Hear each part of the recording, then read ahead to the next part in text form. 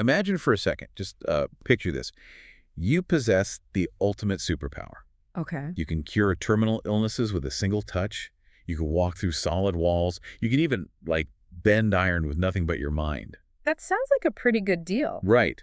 But now imagine that the strictest, absolutely most unbreakable rule of your existence is that you are completely forbidden from ever using those powers to help a suffering human being. Wow. Yeah, that really, that completely flips the script on the whole superhero narrative, doesn't it? It totally does. We are so conditioned to believe that having power means carrying this, this massive responsibility to intervene, to save the day. Right. With great power comes great responsibility. Exactly. But the philosophy we are looking at today, it actually argues that stepping in to save someone might be the most destructive thing you could possibly do to their soul. Which is just a wild concept. Yeah. So, welcome to today's deep dive. Today we are unpacking a really fascinating, honestly, highly unconventional document from March 2004. Yeah, it's by a writer named Shofeng, titled Elementary Cultivation. And I need to set the table here for you listening, because this is not your standard life hack guide to becoming a more productive CEO or like a happier spouse. Oh, no, far from it. This text is essentially a literal roadmap to spiritual transcendence. Yeah. The stated mission here isn't to optimize your human life at all. It is to systematically dismantle what it even means to be human. So that you can become what he calls a celestial being, or a Buddha. Right. And permanently escape this three-dimensional world. It is a profound and, I'll be honest, sometimes deeply uncomfortable text.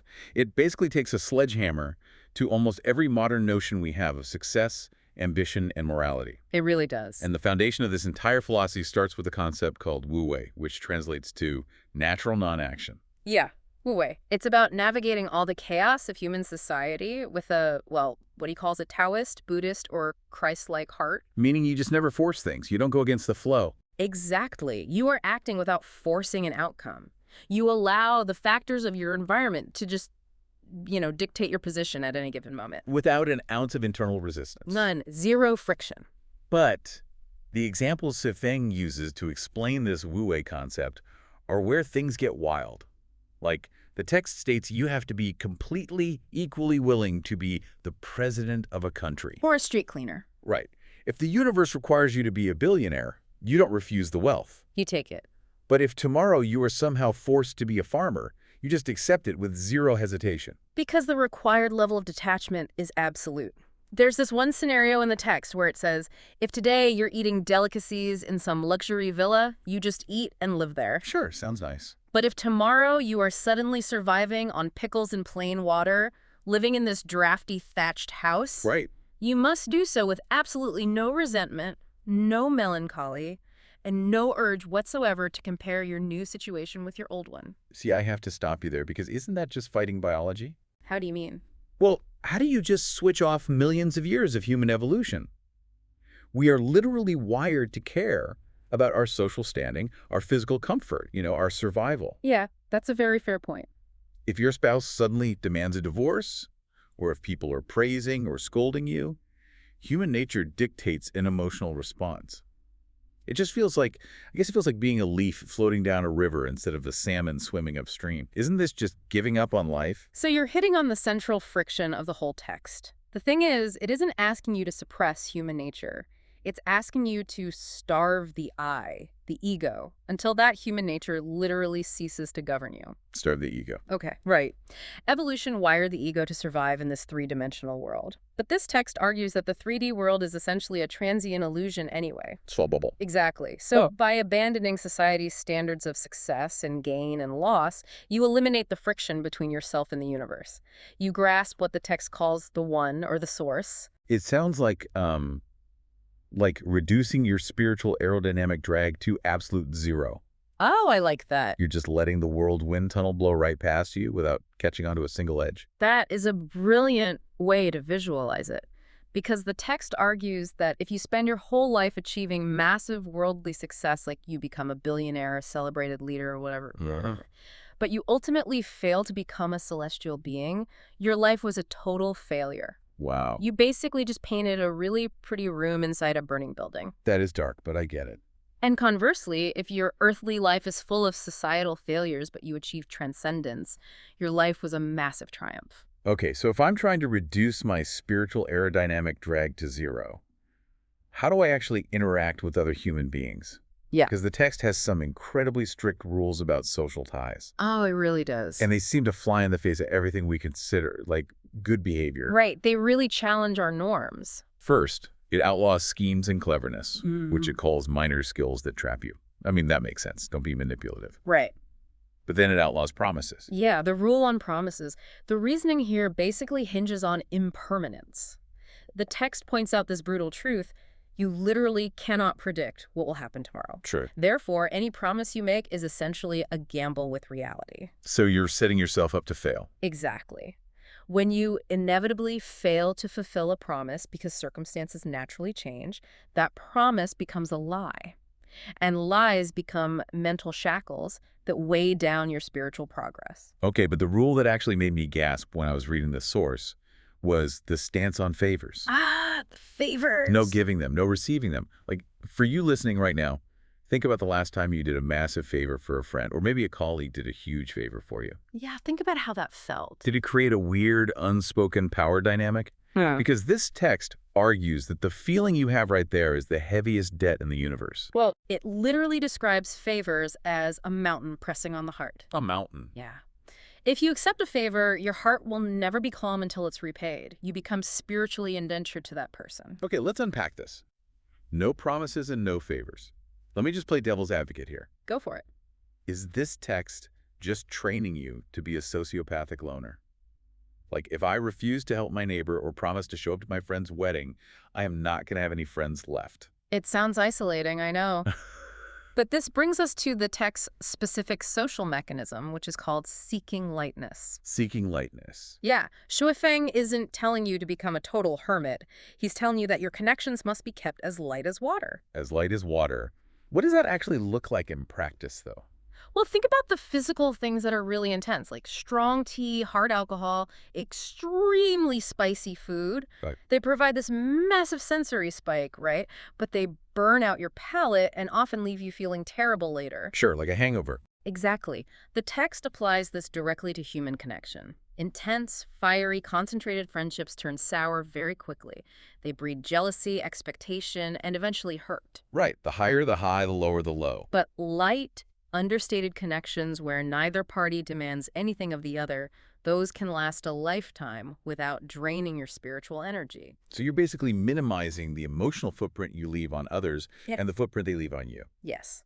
Less desire leads to less trouble. which creates the calm mind needed to perceive the Tao. Exactly. But that raises a massive logistical question for me. If I am supposed to be this light, practically impeccable social entity, how am I supposed to physically exist in the world? Am I just floating around like a ghost? Well, to exist physically without accumulating spiritual debt, the text introduces the elemental mindset. You have to mimic the foundational elements of nature. And this is where it gets incredibly harsh. The text says you need to be like wood and stone, Yes, wood and stone. receiving the sun, taking the rain, just totally fearless of the elements. And it says you must coldly observe the world around you, entirely unmoved by the suffering of ordinary people. The phrase coldly observe is, it's certainly jarring to modern ears. Jarring is an understatement. I mean, if I'm walking down the street and I see a terrible car crash, this text is telling me to be like a stone and just watch it happen. That's what it says. How does a person achieve that level of detachment without just becoming a complete psychopath? Empathy is the glue of human society. It is. But it requires separating human morality from universal physics. In our 3D world, empathy is absolutely the glue. But remember, the core mission here you are trying to leave the 3D world. Right. The text argues that if your heart is constantly churning with agony over the suffering of others, you will never find peace. And without peace, you cannot connect with the Tao. So caring too much is actually a spiritual roadblock. Exactly. Shui Feng asks you to look at our reality from a higher dimensional perspective. From that vantage point, humans, events, tragedies, they're just like colorful, fleeting bubbles popping in the air. Oh, there's that quote from the text that really hammers it home. It says, "Without a heart like wood and stone, becoming a celestial being is like a bubble." Yep. Why sacrifice your eternal peace to save a bubble that is destined to pop anyway? Wow. Okay, so it pairs this stone-like observation with other elements too, right? Right, you must be like clouds, formless, unrestrained, refusing to linger even when the scenery is beautiful. Just drifting. And like ice, constant, cold, and entirely free of extreme passions like love or hate. And finally, like water. Which is incredibly humble. Yeah, water is willing to flow to the absolute lowest places, yet it's capable of washing away all the dirt. And taking on the properties of water leads directly into the text's ultimate rule of engagement. Rule 20. Rule 20. No opponents, no enemies. You must not fight heaven, because humanity is tiny and ignorant. You must not fight people. Which is very difficult. Yeah, the text actually echoes the words of Jesus here, saying if people bully you or exploit you, just turn the other cheek and let them win. It's the ultimate expression of non-resistance. But the final part of Rule 20, the part about not fighting the earth, is where the text reveals this incredibly sophisticated ecological philosophy. The ecological argument blew my mind. It argues that the earth is this perfectly engineered, interconnected biological chain. Right, everything relies on everything else to survive. Exactly. And it asserts that any human intervention, even with the absolute best intentions, creates a disastrous chain reaction. And it uses very tangible examples to prove this point. Yeah. It says humans use pesticides to kill insects, thinking, they're protecting the food supply. Yeah. But what actually happens? The insects die. Right. The insects die, and then the birds that eat the insects vanish, and the toxic chemicals seep into the soil. We try to force deserts to become lush oases, and that disruption in the atmospheric heat exchange brings severe weather patterns somewhere else. It's a domino effect. We pollute the air, and suddenly the blue sky is hidden and respiratory diseases just run rampant. The text is explicitly clear about this. It says fighting with the earth is equivalent to digging your own grave. It recognizes that human ego constantly assumes it knows better than the perfectly balanced system of nature. Okay, so let's recap where we are. We have eliminated our social shackles. We've adopted the mindset of wood and stone. We've stopped fighting people, the heavens, and the earth. We're floating like clouds. Right. If a person actually manages to do all this, what happens? Because the text suggests the payoff isn't just like a really calm mood. No. The payoff is a literal physiological metamorphosis. This is where it gets really sci-fi. It does. The text claims that once you reach this state of total alignment, your physiological field connects with what it calls the negative universe. What exactly does the text mean by the negative universe? Are we talking about like a parallel dimension, antimatter? Well, in the context of Sweffing's philosophy, think of the positive universe as everything we can see, touch, and measure. Matter, gravity, human society. Okay. The negative universe is the unseen energetic matrix behind all of it. It's basically the source code of reality. The source code. Exactly. When your ego is entirely out of the way, your body's bioenergetic signature, your physiological field tunes into that matrix. You are no longer bound by the laws of the positive universe because you are operating from the negative one. Which results in the manifestation of actual superpowers. Yes. Or, as the text calls them, special functions.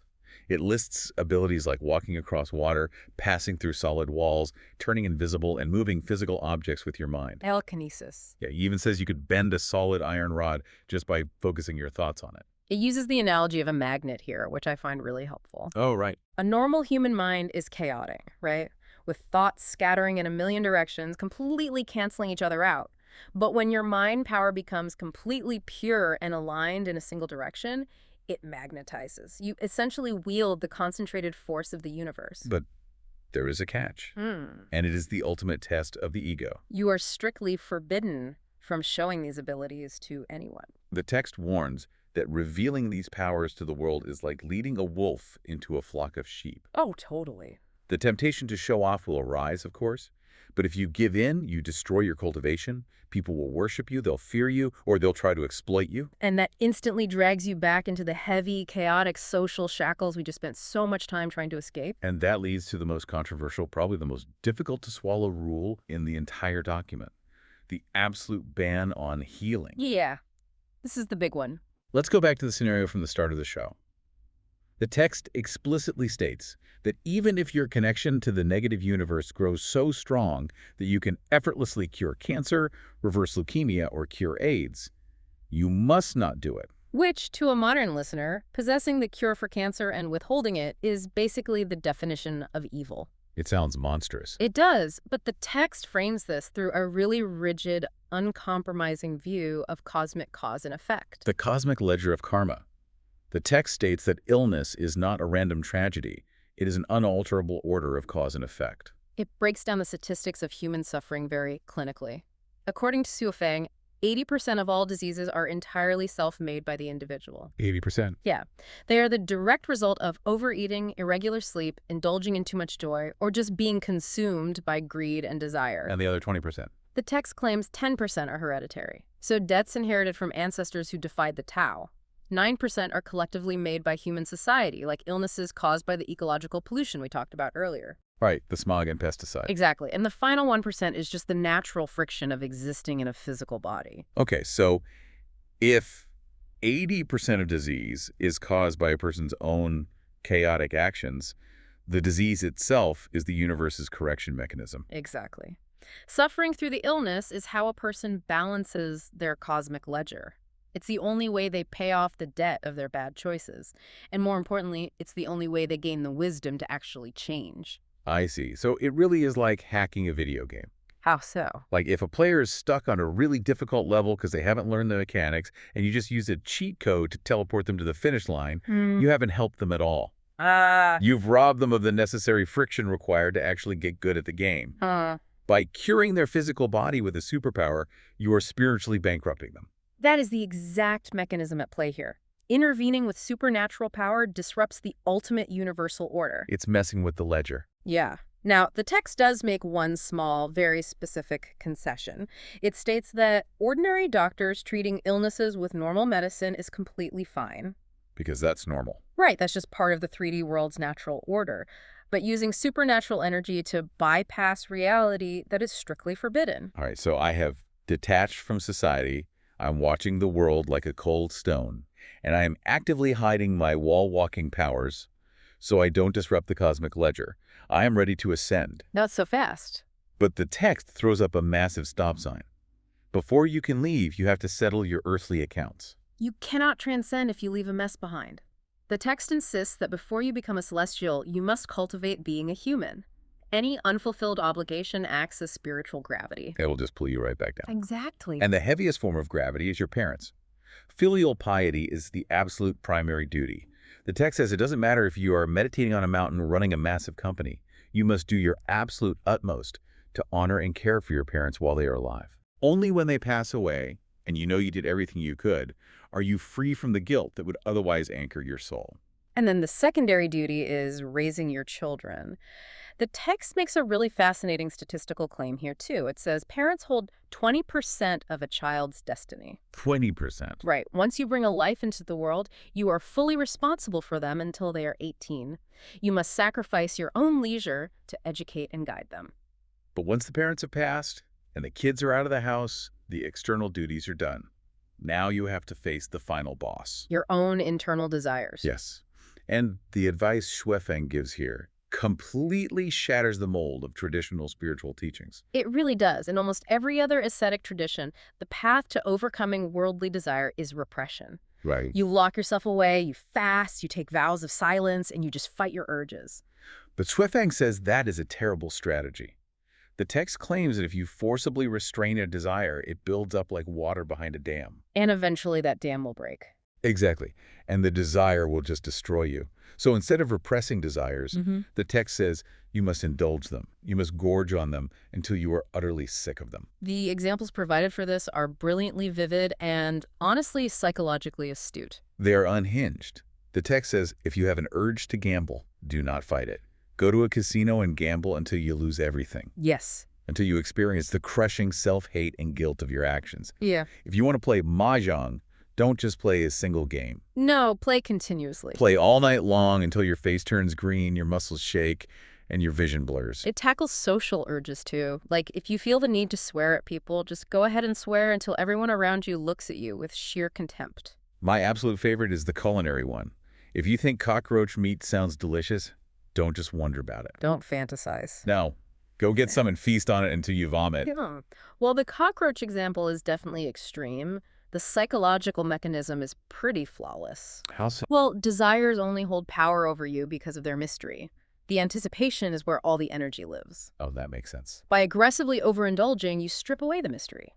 You force your brain to experience the inevitable disappointment and the physical toll of the desire.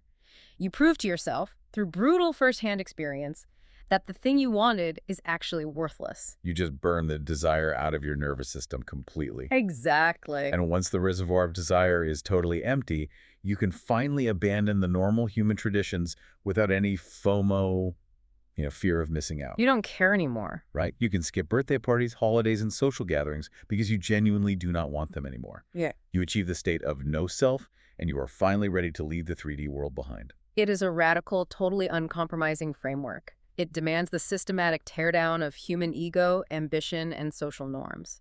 Empathy becomes a distraction, favors become shackles, and your own desires are just hurdles to be trampled over until they break. All in the pursuit of achieving ultimate immortality as a celestial being. Which leaves us with a really profound paradox to consider. Oh, I am listening. So, the entire foundation of elementary cultivation is built on the absolute necessity of abandoning all desires. Right. Burn them all out. You are instructed to reject every worldly goal, harbor zero ambition for success, and eliminate the very concepts of gain and loss from your mind. Nope. Yet the text explicitly dictates that the singular acceptable ambition is the desire to become a celestial being. Huh.